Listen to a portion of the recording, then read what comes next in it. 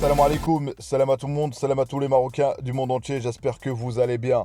Le match approche, il n'y a plus de place, le stade de Fès est complet, le stade est rénové, tout est plein. Il y a quelques blessures, notamment Brahim, notre Brahim national qui est venu d'ailleurs, qui est dans le groupe, dans la vibe, dans la hype, et ça fait plaisir. C'est rarement j'ai vu un joueur, sincèrement le comportement qu'il y a aujourd'hui en équipe nationale, on peut tout reprocher. Le coach Ragragui a instauré quelque chose, le respect du Monterrey.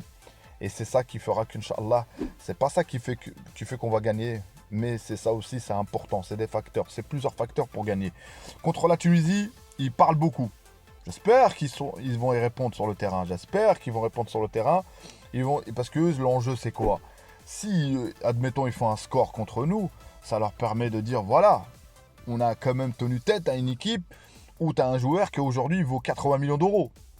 On n'est pas loin du demi-milliard de 500 millions d'euros.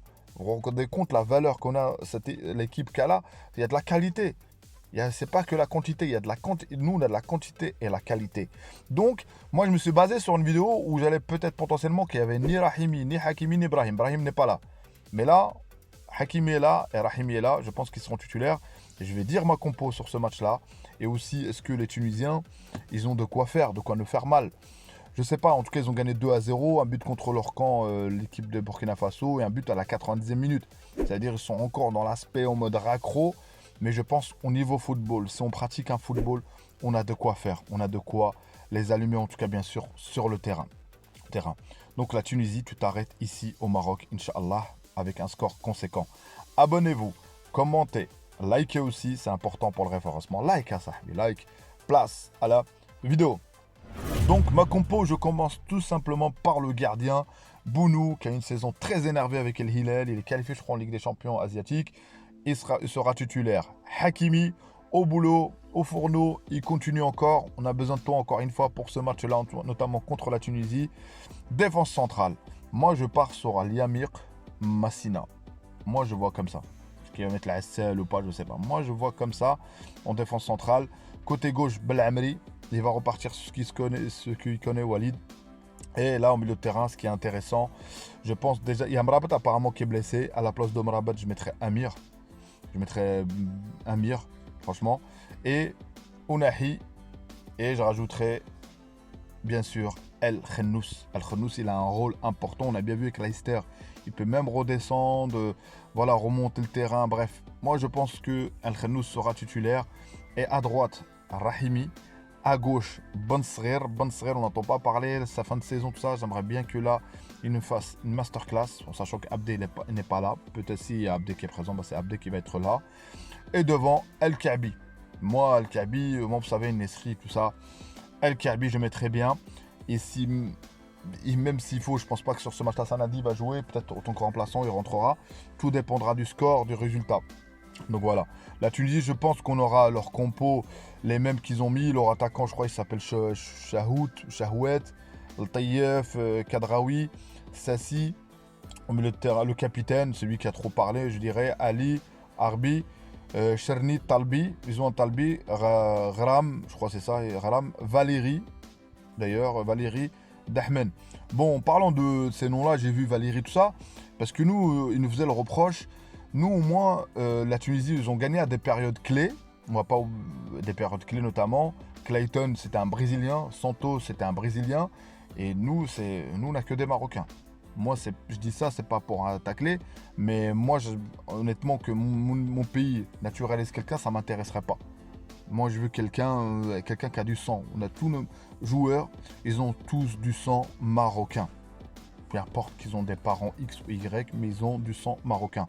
Et ça, ça fait plaisir. Donc les moments où ils ont gagné, notamment c'est Clayton, je crois, c'est en finale, bref, la balle repoussée, bref, tout ça. Donc nous, déjà, sur ça, on est bien. On est bien. Par contre, on n'aura pas d'excuses. On n'aura pas d'excuses sur ce match-là parce qu'il sera important tout simplement par rapport à quoi? Par rapport à tout simplement la psychologie, le classement FIFA. Parce que clairement, tu t'échoues contre la Tunisie. Tu auras du mal. Le coach, déjà, il y a un petit peu l'adversité concernant la presse, les journalistes, les questions. Sans parler de ceux qui font de la propagande sur X, le coach n'a pas le tactiquement. Parce que moi, d'ailleurs, ça me fait rigoler tactiquement. Qu'est-ce que ça veut dire la tactique? Et j'en suis sûr, il y en a plein. Même moi, je vous dis tactiquement quoi? Tu peux tout mettre en place, mais c'est les joueurs qui décident sur le terrain. J'ai déjà dit dans une vidéo, sur le terrain, tactiquement, une frappe, elle n'a pas été cadrée, c'est quoi? Donc franchement, ça me fait un peu rigoler où on a toujours des experts, tout ça. Ils ont le droit, chacun a le droit. Moi, je parle de mon humble avis. C'est les footballeurs, c'est les joueurs sur le terrain qui font la différence. Donc, conclusion, ce match-là, on n'a pas le droit de le perdre. On n'a pas le droit de le perdre. Il faudra qu'on a scoré parce qu'on parle de la défense, mais à un moment donné, offensivement, sur les 2 derniers matchs, on a eu du mal. Hein. Le match qu'on a eu, bref, on a gagné des scores. On a gagné 2-1, 2, bref. En tout cas, on ne marquait plus autant qu'avant.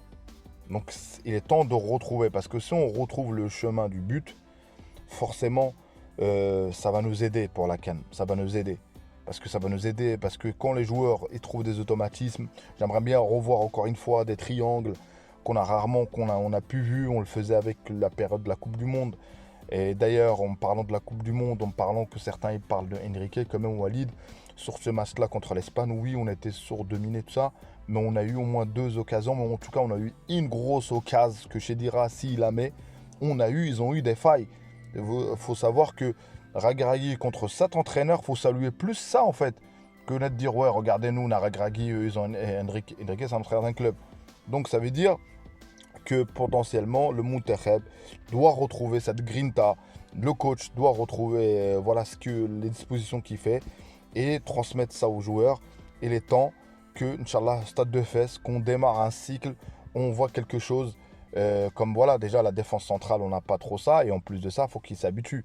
Il faudra trouver une alchimie et on a bien vu que sur certains points, quand tu mets des joueurs, on l'a vu avec Mazraoui quand il était blessé, on l'a fait rentrer contre l'Afrique du Sud, ça n'a pas trop donné, ça n'a pas été bon. Même regardez même l'Inter, PSG, on a bien vu qu'il a mis Pavard, bref, ce joueur-là je ne suis pas trop fan, mais il l'a mis.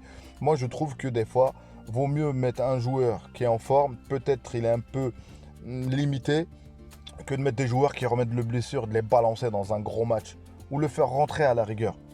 Donc j'ai l'impression que c'est certains entraîneurs, mais pas mal des grands entraîneurs qui l'ont fait, que tu as une équipe qui tourne et dans un match clé, tu mets un joueur qui s'est rétabli, tu le mets, il te donne rien du tout. J'espère que Walid a eu des leçons sur ça, notamment à la CAN, qu'aujourd'hui, les joueurs qui sont aptes à 100%, peu importe c'est qui restent en place, Inch'Allah. Donc j'espère qu'Inch'Allah, contre la Tunisie, on va gagner. Et aussi avec la manière, et de voir des aspects tactiques, techniques, de voir aussi une possession, de savoir quoi faire avec le ballon, des longues transversales, de tenter quelque chose. Et on a de quoi, hein. Ben Srir, Abdessi, il est là, El Khennous, il est capable. Une équipe aussi un peu comme les JO. Une équipe à peu près comme ça, moi, je vois, avec améliorer encore plus. En plus, tu as de quoi faire là. Et tu as Hakimi, tu as tous ces joueurs-là, ces cadres-là. J'espère que ça va être transmis sur le terrain et traduit sur le terrain. Je pronostique plus le Monterrey. Je pense qu'Inch'Allah, on va gagner. Je sais pas, est-ce que c'est bizarre ou pas que je pronostique pas. Vous, dites-moi vous en commentaire. Dites-moi qui vous voyez titulaire sur ce match-là. Comment vous voyez le match.